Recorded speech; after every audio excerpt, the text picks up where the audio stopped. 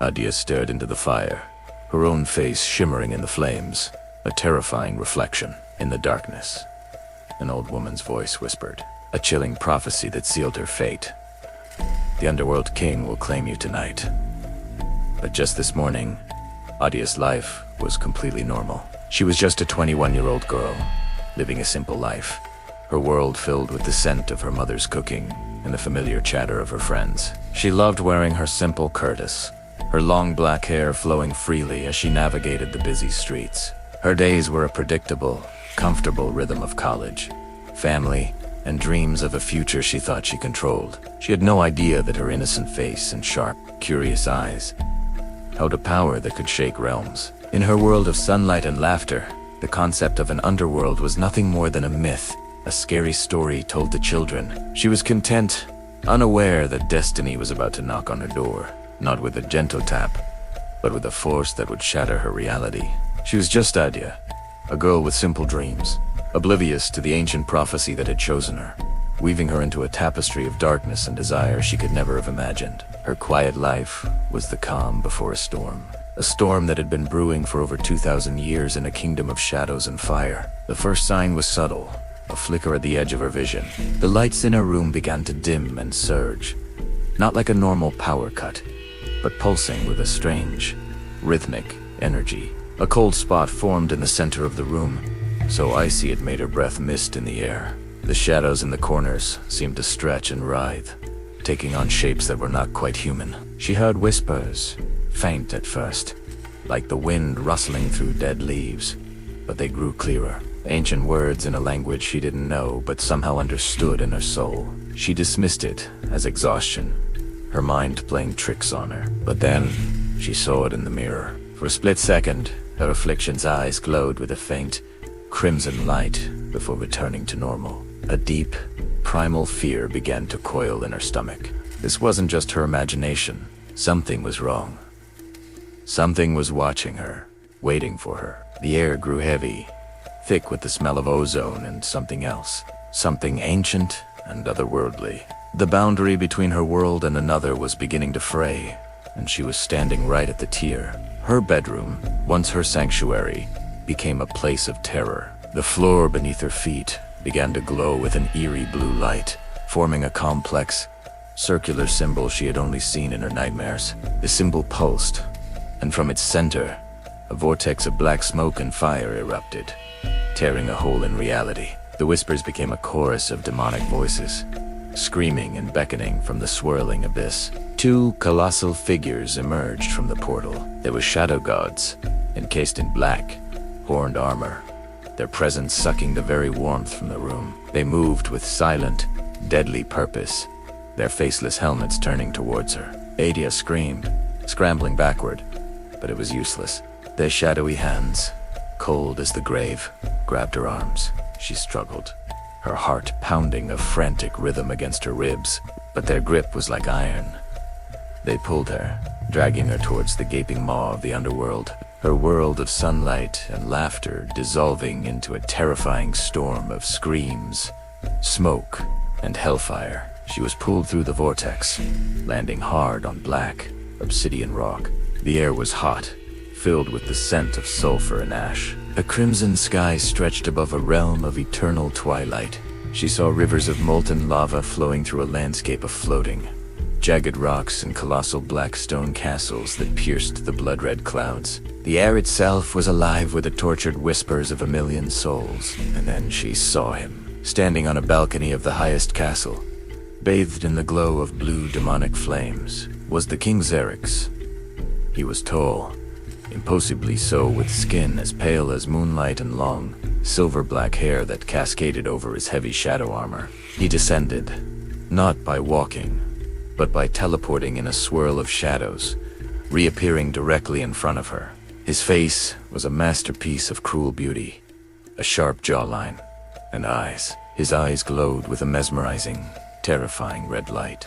He was the most beautiful and frightening thing she had ever seen. He was the ruler of this nightmare, and he had come for her. He didn't speak at first, just looked at her, his red eyes scanning her from head to toe as if he were admiring a long-lost treasure. Aadhya trembled, her heart hammering against her ribs so loudly she was sure he could hear it. He slowly raised a hand, his fingers tracing the line of her jaw. His touch was cold, yet it sent a jolt of electricity through her. "You are even more beautiful than the prophecy foretold," he said, his voice a low, resonant rumble that vibrated through her entire being. He leaned closer, his gaze intense. "You are mine, prophecy girl." Fear and a strange, forbidden fascination warred within her. This being was a monster, a king of demons. Yet her soul seemed to recognize him, to feel a pull towards him that defied all logic. As he stood this close, she could feel the immense, ancient power radiating from him, a dark aura that was both terrifying and intoxicating. His cruelty was legendary, but in his eyes, as they looked at her, she saw a flicker of something else, a possessive softness reserved only for her. In the days that followed, Zarex showed her his kingdom. He took her to the shores of the lava rivers, where the heat should have scorched her, but she felt nothing but a strange warmth. He showed her the whispering souls, explaining they were not in pain, but simply existing. He was cruel to his subjects, a merciless king, but with her, he was different. He would bring her the rarest, glowing flowers that grew only in the deepest parts of the underworld. He spoke to her of his eternal loneliness, of ruling a kingdom of shadows for 2,000 years, waiting for her. Aadhya found herself confused. She was his prisoner, yet he treated her like a queen. She was surrounded by horrors, yet she felt a strange sense of belonging. An impossible bond was forming between them, a fragile flower of affection growing in the darkest of realms. She was falling for the king of the underworld, a forbidden romance blooming amidst fire and shadow. She was terrified of him, but even more terrified of the feelings he was awakening in her. One night, the Oracle, the same blind old woman from Aadhya's visions, was brought before them. Zarex held Aadhya's hand, his expression confident. "Tell her the rest of the prophecy," he commanded. "Tell her of our great destiny." The Oracle turned her sightless eyes toward Aadhya. Her voice was a dry, rasping whisper. "The prophecy does not say you will save him, child. It says a girl with your power will be his bride." She paused, and the room grew deathly silent. "And she is the only one who can end his eternity." Zarex's hand tightened on Aadhya. Confident smirk fell from his face, replaced by a flicker of genuine shock. And for the first time, fear. His glowing red eyes, which had always held a terrifying confidence, now held a new emotion as he looked at her. Vulnerability. The prophecy wasn't about a bride to complete him. It was about a bride to destroy him. And that bride was Aadhya stared at her own hands, a latent power she never knew she had, now feeling like a curse. She was not his salvation. She was his executioner. The revelation shattered their fragile world. Zarex, the all-powerful king, was suddenly vulnerable, and Aadhya, the normal girl, held the power of his life and death. The demon priest began the wedding rites, chanting in an ancient tongue before a fiery altar. But as he spoke the words of binding, a brilliant white light erupted from Aadhya's hands. The prophecy was activating. Zarex stumbled back, his red eyes wide with a mix of fear and betrayal. Shadow gods surrounded them, their weapons drawn, but they were powerless against the pure energy radiating from her. The choice was hers. Destroy the monster who had ripped her from her world, or save the man she had come to love. Zarex looked at her, his voice a broken whisper. "Do it. Fulfill your destiny." He lowered his defenses, ready for the end. "But know this," he added, his voice filled with despair. "If you kill me, your destiny ends with me." Tears streamed down Aadhya's face as she looked at him, their moments together flashing before her eyes. Her hands glowed brighter, the power begging to be released. The fate of the underworld, and the king who ruled it, rested on her decision. Love or prophecy, salvation or destruction. In a heart-wrenching moment, she lowered her hands. She chose him. She chose love. As her light subsided, a wave of relief washed over Zarex's face.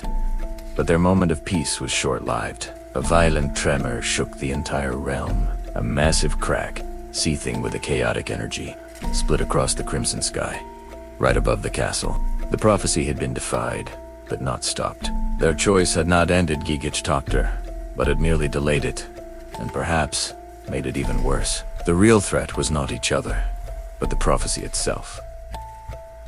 What happens when destiny is denied? A new, even darker chapter has just begun. If you want to see what rises from the cracks of the underworld, like, share, and subscribe to DKR Mystica for part 2. You won't want to miss it.